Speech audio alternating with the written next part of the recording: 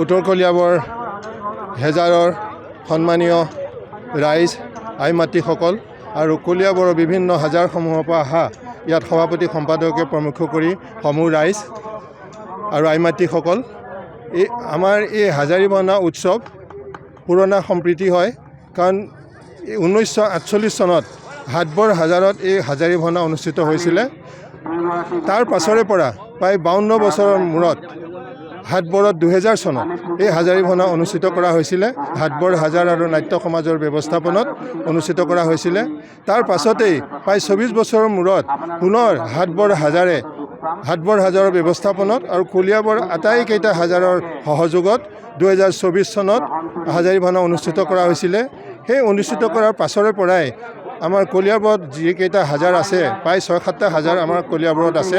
আটাইকেইটা হাজাৰৰ মিলিত এখন সভাত আলোচনা হ'ল যে প্ৰতি 2 বছৰৰ মূৰে মূৰে এই হাজাৰী ভাওনা ভাগ অনুষ্ঠিত কৰিব লাগে। আমাৰ কলিয়াবৰ সমষ্টিৰ সন্মানীয় বিধায়ক তথা কেন্দ্ৰৰ মন্ত্ৰী শ্ৰীযুত কেশৱ মহন্ত ডাঙৰীয়াৰ সহযোগত তেখেতৰ প্ৰস্তাৱত যে প্ৰতি 2 বছৰৰ মূৰে মূৰে আমি হাজাৰী ভাওনা পাতিব লাগে।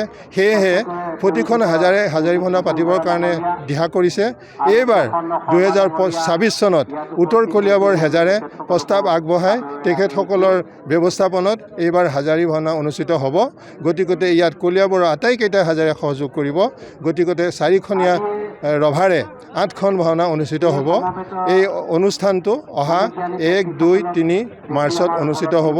তাৰ কাৰণে সকলো প্ৰস্তুতি চলা হৈছে।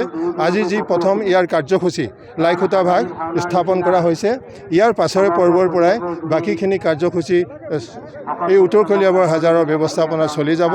বাকী হাজাৰো ইয়াত সহযোগ কৰিব। এয়াই আমাৰ হাজাৰী ভাওনাৰ পৰম্পৰা।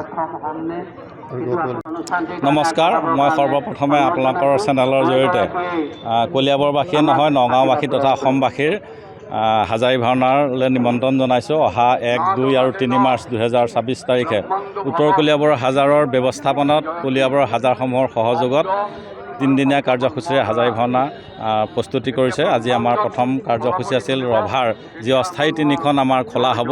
এই এখন খোলাৰ আজি খুঁটা পোতা হৈছে। গতিকে ইয়াত আমি কলিয়াবৰ ৰাইজৰ বিপুল সঁহাৰি পাইছোঁ। গতিকে আমি অনাগত দিনত সকলো ৰাইজৰ আৰু সঁহাৰি পাম বুলি ভাবিছোঁ। যিকোনো খবৰৰ বাবে যোগাযোগ কৰক আমাৰ এই নম্বৰত 9181 307 221।